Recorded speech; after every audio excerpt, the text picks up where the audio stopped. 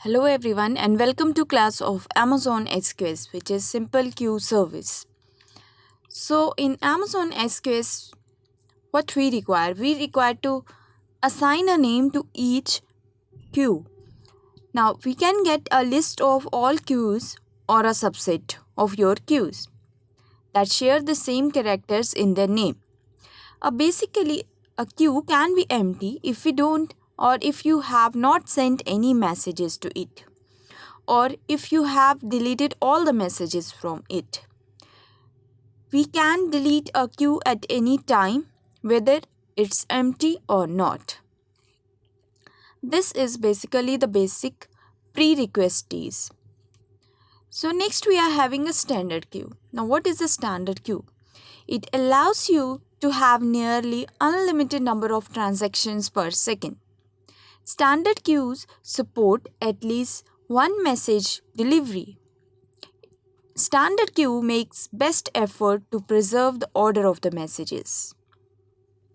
When you consume messages from the queue using short polling, Amazon SQS samples a subset of the servers and return messages from just these servers. So it stores copies of your messages on multiple servers for redundancy and high availability. So Amazon SQS queue. So this is the distributed system components 1, 2, 3. We are having distributed, this is a queue on a SQS servers. These are basically SQS servers. So now we can view like this is the sample server and this is the messages received A, C, D, B. So this is my short polling behavior of the messages, which is returned to my system components. Now what is, as we know that SQS works on FIFO, first input and first output queues. FIFO queues provide exactly one processing limited to 300 transactions per second. These are designed to enhance messaging between applications when the order of the applications and events are critical. If multiple messages are sent in succession to FIFO queues, each with a different message, duplication ID. SQS stores the messages and acknowledges the transmission.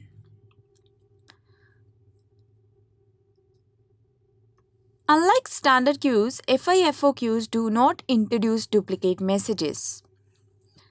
FIFO queues allows the producer or consumer to attempt multiple retries. We need to configure the queue and your application correctly to move from standard queue to FIFO queue.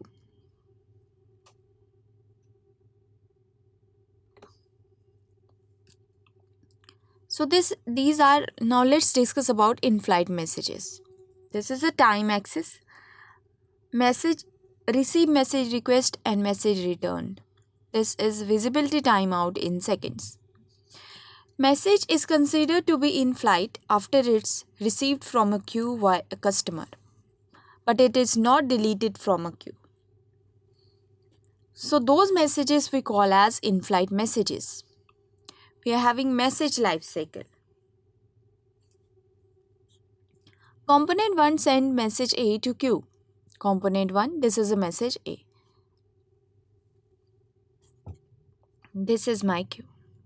Component 2 retrieves messages from the queue as the visibility time period start. We can see that the clock starts. Component 2 processes message A and deletes from the queue during the visibility time out period. Now it is in 25. So during this period it will delete the message from the queue. Now we can see here the queue is empty. So this is the message life cycle. So component N send message A to queue and message is distributed across servers. 2 is ready to process. It consume message and message A is returned. While message A is being processed, it remain in the queue, and after that the component 2 deletes the message A from the queue to prevent message from being received and processed again and again as the visibility timeout expires. So this is about Amazon SQS queues. Thank you so much.